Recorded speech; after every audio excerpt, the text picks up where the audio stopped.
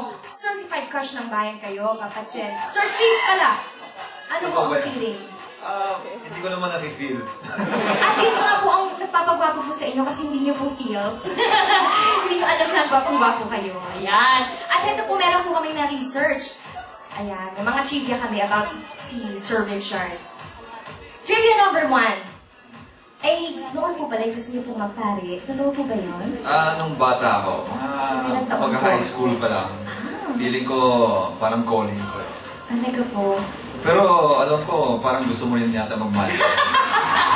Parang, opo, may ganun din ako ng konti. Titignan natin. Titignan natin. Dapat pala sa loob tayo nagkita. Opo. Okay! Trivia number 2 po. Balita po namin na member daw po kayo dati ng Glee Club at sumasali po kayo sa mga singing contest. Yeah, nung high school, I was in the Glee Club. Sumali yung Glee Club namin sa national, it was a singing competition and we came out second. Wow! Pwede ko ba humingi ng sample? Basta kasama. Ay, sige. Sige, ito na, magkantahan na tayo. Kasama po si Sir Chief, Mr. Richard Yap.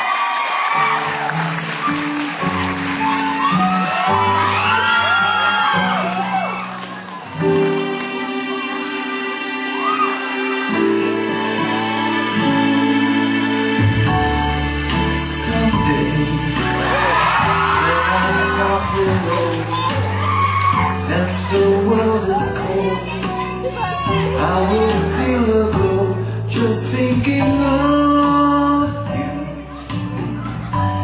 and the way you look tonight. Hindi ako makakanta. Right, go.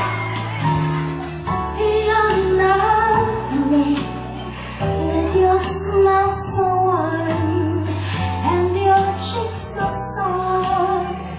There is nothing for me but to love you and the way you look tonight.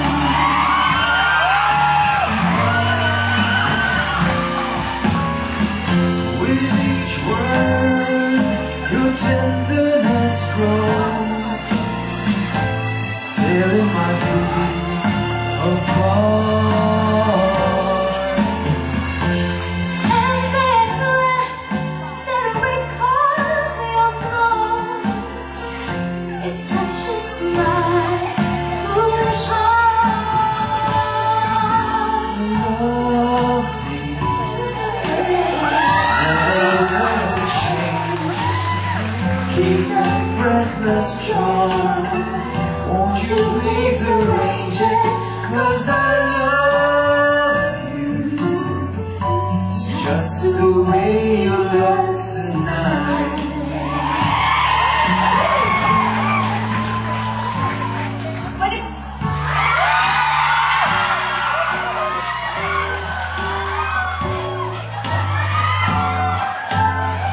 Tungan niyo naman po!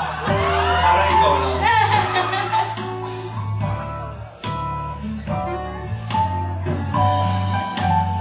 Tabi-tabi-tabi po yung kamay niyo. Ang pinasing. With each word your tenderness grows, tearing my feet apart. And that breath that wrinkles your nose, it touches my foolish heart. Lovely, never ever change. Keep that breathless charm. Won't you please arrange it? 'Cause I love you, just the way you look tonight. Just the way you look tonight.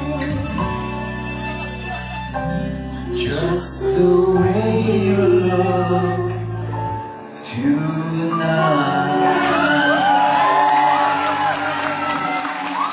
Maraming salamat po, Sir Chief! Mr. Richard Yap, nakagwapo na! Ang galing pang kumanta, mukha pang mabait.